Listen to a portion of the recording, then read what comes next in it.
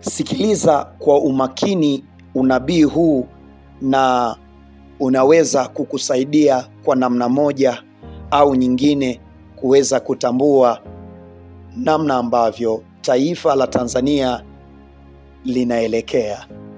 Tukumbuke kabisa kwamba kila Mtanzania macho yake ameyaelekeza katika tarehe 29 mwezi wa 10 mwaka 2025. Kila mmoja, si mkubwa si mdogo, wote wameelekeza macho katika tarehe hiyo na mwezi huo, yaani tarehe 29 mwezi wa 10 mwaka 2025. Lakini kabla sijaenda kukwambia maneno ya unabii ya nini kitatokea, nini kitaonekana, ni nini ishara ya kutokea kwa jambo kubwa tarehe 29 ya mwezi wa 10 mwaka 2025, nataka nikwambie tu ya kwamba tarehe 29 ya mwezi wa 10 yako mambo mengi sana yanaenda kutokea katika nchi ya Tanzania. Kwanza ni siku ya kuzaliwa kwa hayati John Pombe Magufuli. Ndiyo, najua umeshangaa. Ni kweli, hayati John Pombe Magufuli ambaye ni rais wa awamu ya 5 alizaliwa tarehe 29 ya mwezi wa 10.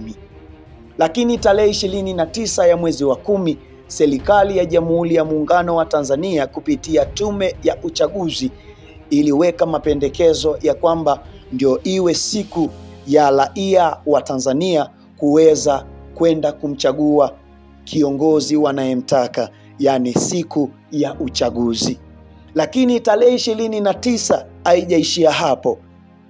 Ni siku ambayo wanaharakati mbalimbali kama wakina Mage Kimambi, wakina Sativa na wengine wengi sana wamejitokeza na kuhamasisha ya kwamba tarehe 29 ya mwezi wa 10 ndio itakuwa eti siku ya kuwaitisha watu maandamano, waweze kuandamana kuweza kupinga yale ambayo wao wanahisi hayako sawa katika nchi ya Tanzania.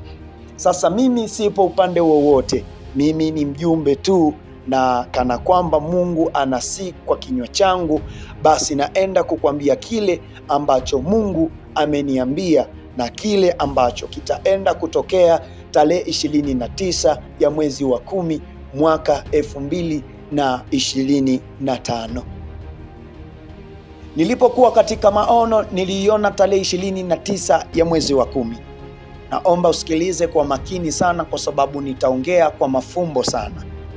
Nilipoitazama tarehe 29 ya mwezi wa 10, niliona mambo mbalimbali ya kawaida mno kwa alfajiri ile, yaani kuanzia saa 1 mpaka saa 4 za usiku. Mambo yalikuwa shwari kabisa na kulikuwa kumetulia, hakuna vuguvugu wala vurugu zozote ambazo zilitokea.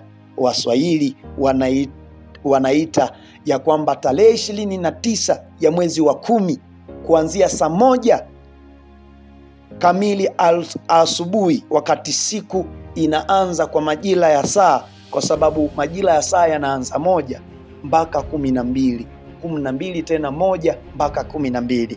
Basi na mimi niliyatazama masaa 12, niliona 1 hadi 4. Itimisi kwamba saa 1 hadi saa 4 za usiku kulikuwa hakuna nywinywi wala nywa. Nilipokuwa nikitazama siku hiyo, nilikuwa nikiona watu wakiendelea na harakati zao, na bahati nzuri katika siku hiyo mitandao ya kijamii ilizimwa, yaani kulikuwa hakuna kutumia mitandao yoyote ya kijamii, na hii ilitokea kwa ajili ya kulihakikishia taifa usalama. Nilipokuwa nikitazama mitandao ikiwa inasumbua sana, saa 4 ilifika, ndipo nilipoona kuna taa moja katika jiji la Dar es Salaam ikizimwa na mtu ambaye alikuwa amevaa kitambaa cheusi, na kile kitambaa kilikuwa kinalia sana. Nilipojaribu kutazama ni nani huyu anazima hichi kitambaa, anazima ile taa, na kwa nini kajifunika kitambaa ili asionekane usoni, sauti ilisikika ya kwamba huyu ni mtu ambaye anaaminika sana, ni mtu ambaye anatetea maelfu ya watu walio nyuma yake ambao wanataka kwenda kuabudu. Nikamuuliza ni nini maana ya kitambaa cheusi, akaniambia rangi nyeusi inawakilisha mamlaka, inamaanisha nguvu. Huyu mtu anayeenda kuizima taa hii ili kuweze kuondoke mwanga lije giza ni mtu ambaye ana nguvu na mamlaka na watu wanamwamini. Nikizani ya kwamba labda ni kiongozi mkuu wa serikali, lakini nilipoangalia alikuwa sio kiongozi wa serikali, bali alikuwa ni kiongozi fulani ambaye yupo maeneo fulani ambayo nitakwambia baadaye ni nani.